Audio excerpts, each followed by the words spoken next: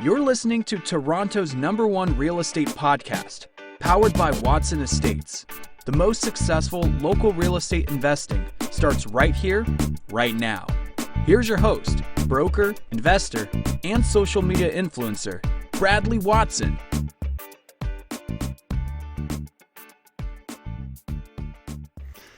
Good morning, investors. Bradley here from Watson Estates, bright and early with another update as it relates to the Toronto real estate market. It's nice you could join us here today. We are #1 on Google Podcasts for Toronto real estate, and it's because you guys are so awesome and we've had such great support as we've been doing these daily updates, reading the morning news, getting you guys caught up from a real estate perspective on everything going on in the world around us.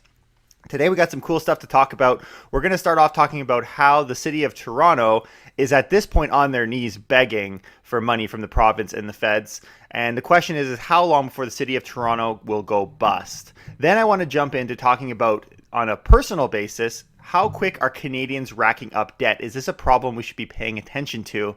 And finally, I want to talk about these Gen Z folks. That's between the ages of 18 to 24. It's kind of cute. They think that they're going to be able to buy a home in Toronto. I want to ask the question, is that even going to be possible? Once again, thank you for listening in. I hope you guys are having a great time connecting with us on a daily basis, getting all the latest tips and tricks, and hopefully learning some stuff along the way, even some of our more savvy investors. And I really appreciate all the comments that you guys leave because it assists us with dialoguing. Now, I think some people have been leaving comments and sometimes they'll think, oh, well, he hasn't gotten to my comment. Oftentimes I need to kind of get a group of them before I throw them into having them make sense, I guess, on our podcast. And I think that's what I've been doing. So don't hesitate to keep reaching out, giving feedback and whatnot. And we're going to jump right into what is going on with the city of Toronto. Before we kind of dive into this article, you will recall we were talking about information coming out of the mayor's office in Mississauga. Even before that, we saw the very first point actually where we brought this up as an issue was over in BC, because Vancouver was talking about them potentially having to go bankrupt. Like it was really clickbaity, but they were talking about this idea that if without support, they're not going to be able to afford it. So Toronto kind of was really third in line. But now we've actually had Tory speaking on this before, but it seems to me like it's getting more and more urgent. So this comes out of CTV News. This is the article. And the article is actually called Toronto Mayor says City has no plans to further extend grace period for property tax. And the article reads, with a grace period for property tax and utilities set to end this week, Mayor John Tory said Tuesday that the city cannot afford another extension. Uh-oh. Quote, this is a Tory quote, "We discussed extending the grace period. I will just tell you in the spirit of honesty that it would simply magnify our already grave financial problems," Tory told reporters at his daily briefing Tuesday. So the answer at the present time is no. Hope you guys weren't banking on holding your property taxes any longer because those suckers are coming due very quickly. As part of a slew of measures to help people suffering financially because of COVID-19 pandemic and the accompanying shutdowns, the city announced a 60-day grace period in March for property taxes and utility bills. This is kind of a bit of a history lesson.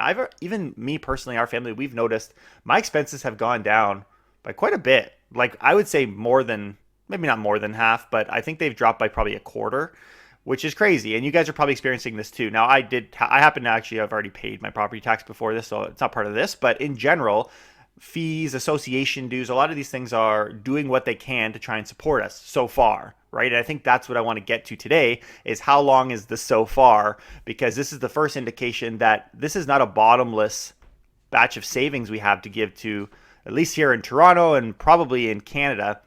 And at what point does that kind of go back to how it was? And how far can we go before everything just kind of crumbles? The article continues, that grace period is set to end on Friday, May 15th, though people will not have to make their April payment until June 1st. Tory said he realizes that the new deadline might still be difficult for those facing financial hardship, but he said the city, which is facing a serious budgetary shortfall because of the pandemic, has no other option. If it was left to the city of Toronto, there's the news, guys. Property taxes now due once again. So if you are completely relying on these bailouts, specifically from the property tax side, which is not a small bill by any means, then good luck, right? And someone needs to either pick that up and we'll kind of take like a bit of a vote at the end here on what I think are potential options. And there's really not many. And we've kind of discussed this, how we were talking about Mississauga as well. But here's something that I find kind of funny, just to kind of bring this home. Could you imagine, we get a lot of landlords that listen to this podcast. Could you guys imagine if you as landlords were all of a sudden getting tight, right? Like, so maybe we've been tapping into these reserves for 3, 4, 5 months, and you haven't had a tenant paying money, or you've set up some deferral program. Would you have that same option? Like, do you have the same option to turn around and say, you know what, I know we gave you a deferral of 2-3 months, but the deferral is going to end right now. We don't have that power. Luckily, the city does, but I would assume there are people on a personal basis that are just as tight that don't have this luxury of all of a sudden clawing the money back. So I feel for you guys, and hopefully this thing can wrap up, which is kind of where we're going to go from here on how quick can we get things back to normal, because this is a sinking ship, as it would seem. So this is a quote from Tory again. We studied the option of trying to defer this for an additional period of time, and we simply cannot afford it. We're in a situation where we are already facing, for example, without help from the other governments, a 30% increase in taxes. That's why even contemplating that is not on the table. So that's so funny. You get two options. You get support from higher government, or you hike taxes up by 30%. Those are our options. Oh, and by the way, the 30% one, that's not an option. So what is our option? Our option is to get money from the province. That's kind of what he's hinting at there. But sorry to say, Mr. Tory, I hope you can get a meeting of the minds, because if not, you will have to get that 30% increase in taxes, which is very interesting. I don't think it'll come to that, but if that's option 2, that could happen. The mayor sees the 30% as, quote, unacceptable. He doesn't want to. They also don't talk about how they don't want to cut services like transit, childcare, parks. So the answer for the moment has to be no, because we just cannot afford it. It's just being straightforward and honest. I wish I could say yes to that, but I cannot. So in a best case scenario, they will lose at least $1.5 billion in revenues this year because of the pandemic. So not looking too hot. The TTC alone, actually, they released a report that shows that they'll lose $300 million by Labor Day, even with the services cut and other cost-cutting measures. Like, you guys know, we've seen quite a bit of pullback in expenses, and yet somehow we're still racking up this debt. And you know why? It's because there's no ridership, right? And so these are big price tags. In fact, I think the TTC might be one of the largest, at least top 3 expenses for the city. For days, Tory has been reiterating his call for the federal and provincial government to come up with substantial aid packages. We were even talking about this last week. This isn't new information. This is stuff we've been talking about over the last week or two. But to me, based on, he's being very blunt.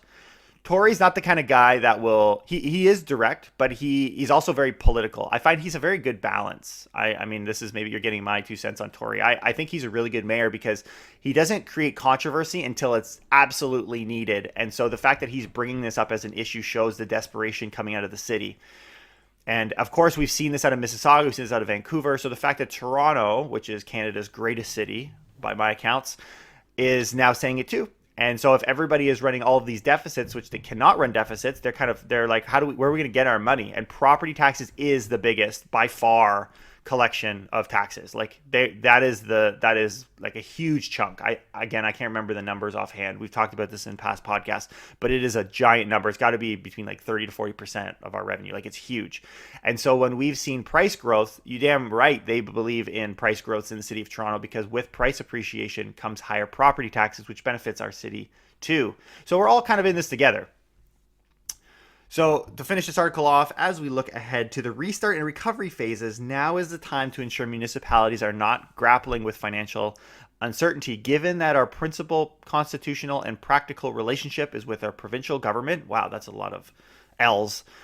We are looking for Queen's Park to immediately initiate substantive discussions with us, with other Ontario municipalities, and with the federal government to take action to alleviate these financial difficulties. Doing nothing for cities is simply not an option. And I've actually seen other articles, I won't get into them, talking about how they've already kind of been in conversation. It's not in here, but they have been talking. They're pleading with the province, specifically the province, but both the feds and the provincial government. So here, let's take a quick vote. Do you guys think we're going to see a 30% tax increase in the city of Toronto? That's option 1.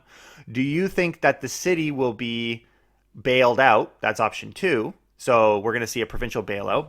Or, fun thought, Could maybe we allow deficits? This is like, I'm sure there's political people that are in the room thinking, Bradley, no, don't do it, right? But could we allow deficits? I mean, we've got to set up, the municipalities cannot. And then the funny thing that was kind of my thinking goes immediately to real estate is we're going to need to start running these damn status certificates for our cities on top of our condos to figure out if they're operating in a positive or a deficit. So probably not an option. That's just like a pipe dream for me. So really we're left with option 1 or 2.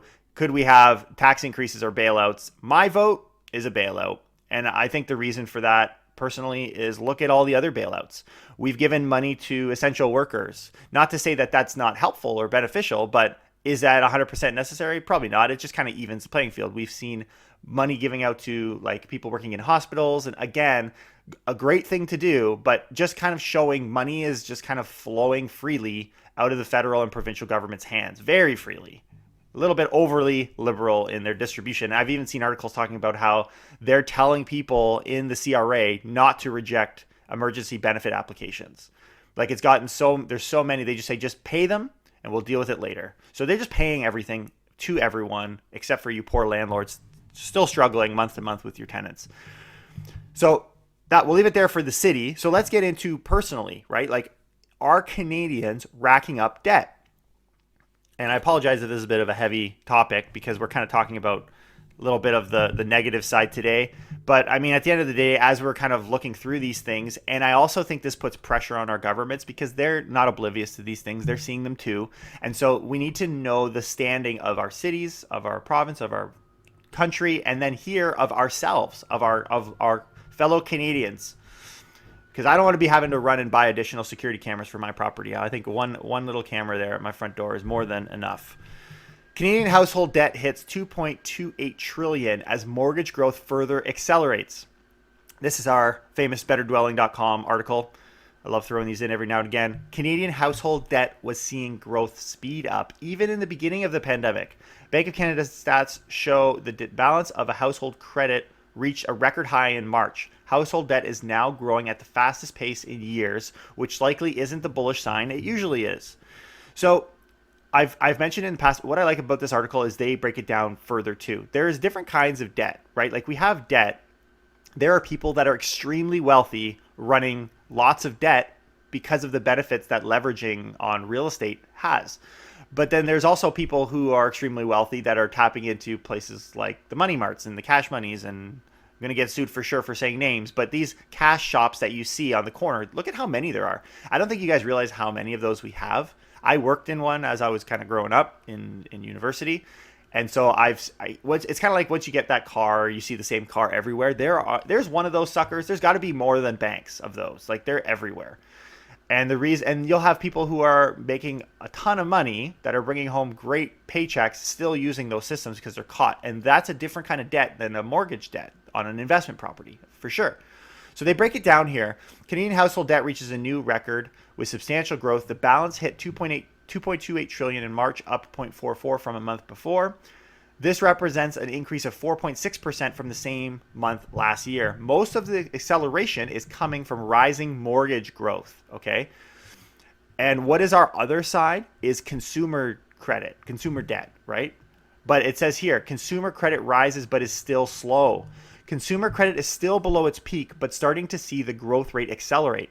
The outstanding balance of consumer credit reached 638 million in March, up 0.31% month over month, and a 2.7% compared same month last year. So we're seeing on the consumer credit side a 2.7% increase, but overall a 4.6%, which paints the picture that most of this debt is coming from household debts, right? From mortgages. Now I don't have it here, but we've talked in previous podcasts about maybe the reason for this is all these deferrals, because as we're deferring the mortgage, we're kind of just tacking it on to the tail end. It's not just a free payday. It's getting added to later pay. And so therefore that's going to add, even if people aren't purchasing properties, it's going to add not consumer debt, mortgage debt. So I think we get so caught up in the debt levels in Canada. On a rising perspective right now, the fear is on the mortgage debt side. It's not even on the consumer debt, which to me is far less concerning. If consumer credit was the one going through the roof, I would be more worried. But of course, with all the deferral programs and all of the handouts happening or all around us, it doesn't seem like it's becoming that big an issue. Even yesterday, we were talking about an article from TorontoStories.com that was pretty much saying bankruptcies. It was talking about bankruptcies, and they were saying it actually has declined from the first quarter of 2020, declined 5.5% from the previous quarter. And in March alone, consumer insolvencies, aka bankruptcies, just decreased by 8.5% compared to the same time last year. So we're down in bankruptcies 8.5%. And it kind of painted this picture, according to the Canadian Association of Insolvency and Restructuring Professionals, that it's largely led by increased payment flexibility among creditors, landlords, and administrators, coupled with temporary income supports provided by the government. I'm sorry, landlords, you get grouped in there, not by your choice, but by the choice of the government. So all of these things, so now kind of breaking down what we've just talked about, right? We talked about the cities and all of this kind of challenges that they're facing, and they need to collect. They can no longer afford to not collect, right? Because they're needing to run, they can't afford to go into deficits. It's not allowed, frankly. And so then at the same time, we've got people that are getting tighter. So the question is with all of these things, are we able to get things done quick enough? Because if the handouts is what's keeping us from insolvency and kind of saving the day, the next question is that going to continue? Because if that ever were to shut off, then we would find ourselves in this big gaping hole, right? And now we're starting to hear from the municipality that is going to be shut off, at least on that angle. And so I think you guys are kind of seeing what I'm saying here is how fast can we open this thing? How long do we got? Because we don't have forever to live off of free money. So just to briefly touch on, there was an announcement yesterday that tomorrow, Thursday, Doug Ford is going to detail the next phase of reopening in an announcement. He'll provide specific information as to which businesses would be allowed to open or the timing, but said it would be phase 1 of our reopening plan. Quote, we'll have more good news about getting people back to work, more good news about opening workplaces, getting paychecks out the door, more good news about slowly getting back to normal, Ford said. That's about it. They're talking about how there's going to be low-risk workplaces, seasonal businesses, and more essential services will be allowed to open. And they're also hemming and hawing at the possibility of having a 5 to 10 people gathering limit increased. So there is talks about opening things up, and it's kind of been my position, and I haven't heard any objections to it. My thinking is if you're comfortable going over to go to, I guess, on a shopping mall, what would be open? Like a garden center, let's say, to go pick up your gardening supplies. I think people would be generally comfortable going into at least low-rise units, right? Into properties. Like it's not a big stretch here. So as things become open, people are getting a little bit more comfortable going out, given the advice of the government and health officials. I think you're going to start to see an uptick. And I already think we're seeing that uptick, but the numbers haven't come out for that. So that's a hard position to stand on at this point. But the question is are they able to get these jobs back? If they do get the jobs back, is there going to be enough customers coming in to support those businesses? Because I think a business can open but still not thrive, right? A lot of these are working on very, very tight margins. So if they're not able to thrive, then what was the point in the first place? We're still not all the way there. So we got to open to a point of surviving keeping these businesses in survival mode, but also getting off a system, because the system is starting to kind of buckle at the heels, if you will. Okay, so I want to kind of transition, and I want to get into maybe some more optimistic news. We're gonna come at this one more optimistically, because I think if we come off just coming out of all that, that's gonna get my jitters out here. All right, let's go, guys. We're gonna talk about Gen Zs. Those cute little fellows between the ages of 18 and 24. So this is an article came out here. I think it was from TorontoStories.com. 81% of Canada's Gen Z think they'll buy a home in the next 20 years. Survey. And then I love how it starts off here.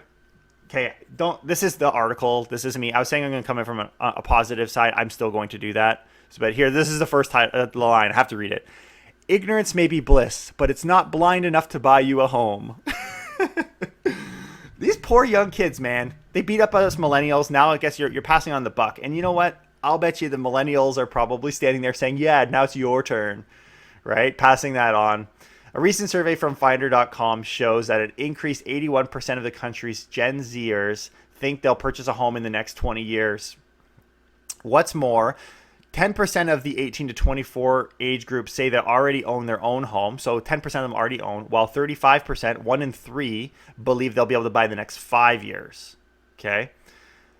So then there was some stats they kind of did everybody. So they did stats on all, like a bunch of Canadians, and they did 13 or 1,213 Canadian adults. And they found that 1 in 10 Canadians, or 3.4 million people, think they are, quote, forever renters.